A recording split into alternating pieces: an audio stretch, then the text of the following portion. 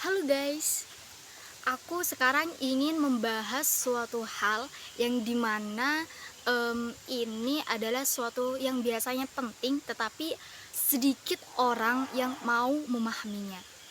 Pernah gak sih kalian itu di sela-sela keramaian di sekitar orang ramai tetapi kalian merasa sendiri? Apalagi ada banyak masalah yang seharusnya tidak datang yang membuat kalian itu stres. Ya, kita akan membahas itu, yaitu kita akan membahas tentang konseling krisis.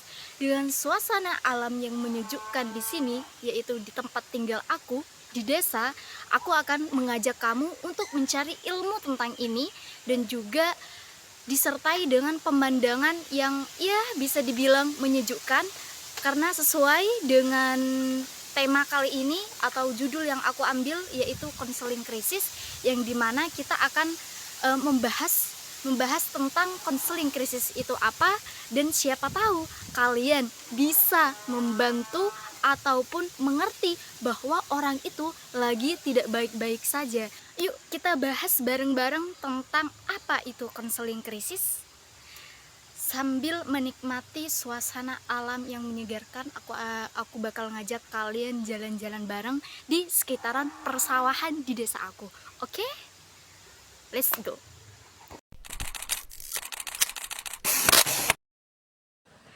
Sesuai dengan perkataanku tadi, kita akan membahas soal konseling krisis yang pembahasannya tidak bakal ribet kok. Kita santuy-santuy aja, gak pakai teori ribet, yang terpenting kalian bisa paham. Banyak tuh ya di sekitar kita, teman, adik, atau bahkan diri kita sendiri yang mengalami keadaan krisis. Hanya saja gak kelihatan aja, atau bahkan kita tidak menyadari bahwa kita dalam keadaan yang sedang krisis.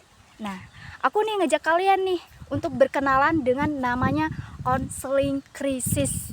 Yang siapa tahu ya kan kalian menjadi orang pertama yang bisa membuat seseorang bisa keluar dari keterpurukannya.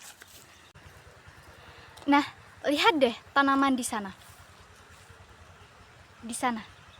Di sana. Tidak begitu kelihatan ya teman-teman. Karena di sini lagi musim tembakau yang dimana awal-awal musim tembakau akan ditanam. Pada musim tanam seperti ini, semua tanaman yang ditanam oleh petani harus siap dengan segala kondisi. Dari hujan, panas, apalagi lagi sekarang ini ya. Kadang hujan, kadang panas, kadang hujan sama petir-petirnya. Nah, tanaman itu ya bisa stres kalau gak dirawat dengan benar.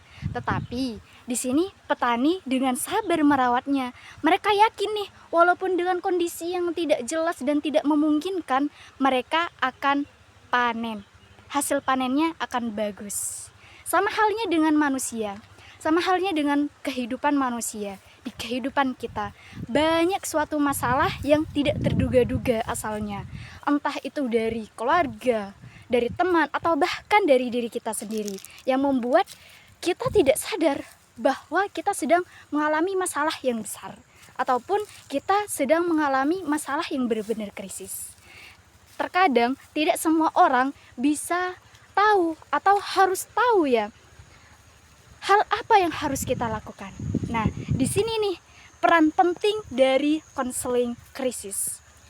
Nah, konseling krisis itu seperti pertolongan pertama pada kesehatan mental, Seseorang yang mengalami kejadian yang traumatis seperti kecelakaan, kehilangan orang yang dicintainya, atau bahkan kejadian bullying yang membuat mereka merasa terpuruk dan juga hancur. Di sini konseling krisis membantu menyadarkan dan tidak hanya membuat mereka itu merasa oh ya aku dalam kondisi ini. Tidak, tetapi menenangkan, menangkap sebelum mereka jatuh dan dapat menjadi teman dan pendengar yang baik buat mereka. Serta membuat mereka berpikir lebih jernih lagi. Seperti halnya tanaman muda ya teman-teman.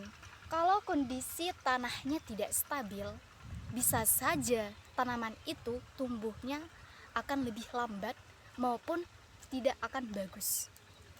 Atau bahkan ada kejadian hujan misalnya, hujan dan juga petir sama angin-anginnya sehingga membuat akarnya goyang. Nah, di situ tanaman ini membutuhkan sebuah penopang. Dan petani memberikan pupuk supaya lebih kuat dalam menghadapi badai apapun, Manusia di sini juga seperti itu, kehidupan juga seperti itu. Seseorang yang mengalami krisis tidak hanya membutuhkan satu orang saja, tetapi juga membutuhkan orang yang peduli kepadanya. Orang yang benar-benar mengerti atas perasaannya dan mau mendengarkannya dengan rasa empati. Di masa yang krisis, seseorang tidak hanya membutuhkan perkataan yang sabar ya, yang kuat ya, semangat ya. Mereka pun tanpa dibilang pun mereka juga sudah sabar, mereka juga sudah semangat.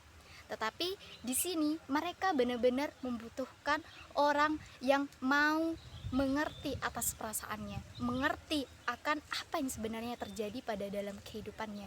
Seakan-akan kita masuk ke dalam kehidupannya. Di sini konseling krisis benar-benar membantu mereka sehingga mereka merasa bahwa mereka tidak sendiri dalam menghadapi masalah ini. Nah, di konseling krisis biasanya hal yang dilakukan itu seperti mendengar keluhannya dengan tulus, ngebimbing mereka supaya tidak melakukan hal-hal yang berbahaya, dan juga menyadarkan mereka bahwa masalah boleh besar, tetapi mereka masih punya harapan. Jadi intinya konseling krisis ini membantu orang bukan masalah cepat atau tidaknya, tetapi bagaimana mereka membuat mereka merasa nyaman, aman, dan membantu mereka untuk bisa bangkit dan berdiri lagi. Contohnya nih ya, misalnya ada anak muda yang mengalami krisis diam-diam. Mereka aslinya mengalami krisis, tetapi mereka takut untuk mengakuinya karena mereka takut dibilang lemah. Misalnya, mereka merasa insecure, mereka merasa sedih karena gagal mendapatkan jurusan impiannya, atau bahkan ada yang mengalami sakit hati berat, mengalami rasa sakit yang berat. Mereka tidak mau mengakuinya karena mereka takut dianggap lemah. Nah, di sini konseling krisis kita belajar untuk menjadi tempat aman bagi mereka, menjadi pendengar yang baik, bukan hakim, menjadi teman dan bukan penceramah. Krisis bukan akhir dari segalanya, tetapi bisa saja menjadi titik awal dari proses pemulihan.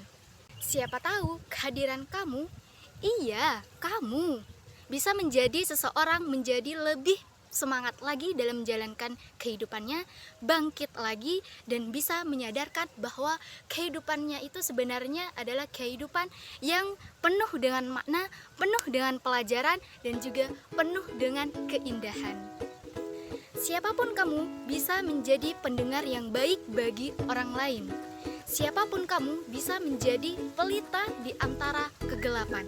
Jadi jangan ragu dan jangan tutup mata untuk orang-orang di sekitar kita. Jadilah manusia yang bermanfaat. Lalu bagaimana caranya kita bisa mempelajari hal-hal yang seperti itu? Sedangkan kan konseling krisis itu butuh keahlian. Nah, aku punya tempat yang sesuai nih bagi kalian yang rasa pedulinya itu besar. Ayo ikut aku teman-teman.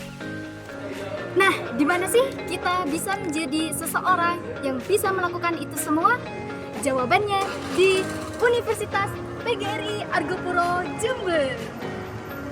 Dalam jurusan bimbingan dan konseling di Unipar ini, kita tidak hanya belajar teori, melainkan kita juga dilatih untuk menjadi pendengar yang baik, penolong yang bijaksana, dan menjadi garda terdepan dalam menjalankan dan menangani masalah psikologis serta krisis.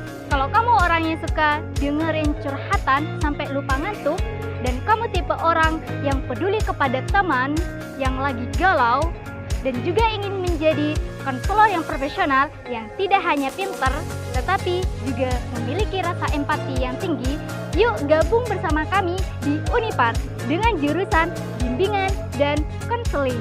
Belajar kita tumbuh dan juga belajar kita untuk peduli kepada orang lain.